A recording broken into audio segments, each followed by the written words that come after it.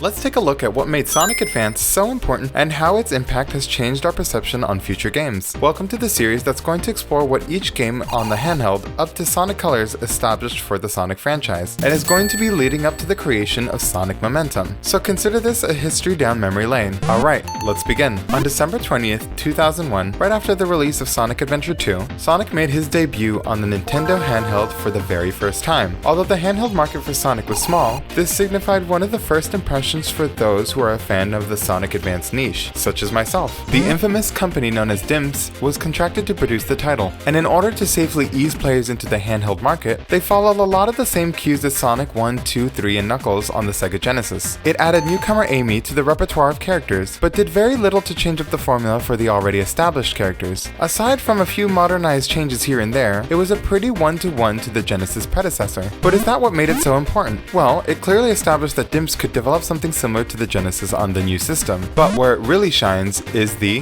aesthetic. The graphical design of the game really establishes the personality of each individual character, while paralleling the style akin to Uekawa's artwork, which was during a time where Sonic was establishing his modern art style. And this graphical style has become timeless, as it is used in many different fan games for those learning to pursue game development. I mean, think of how difficult the constraints were. The GBA had a much smaller screen size, and at the time struggled with the lack of backlight for the screen, and for the sprites to not only give off a shiny, fresh, contrasted new coat of paint to the franchise, the limited animation perfectly encapsulated the personalities within just a few pixels. I mean, look at it. The readability is top tier in my opinion, but where the game falters is within its identity. Since DIMS weren't trying to change too much of the formula for Sonic, we do get some more of the generic level sets akin to the classics. On top of that, the hardware was still new at the time, so the sound design wasn't even close to rivaling the Genesis sound font. So overall, to some, the first game in the series could be perceived as a lackluster copy of the Genesis formula, and is often the forgettable one out of the Advance trilogy. However,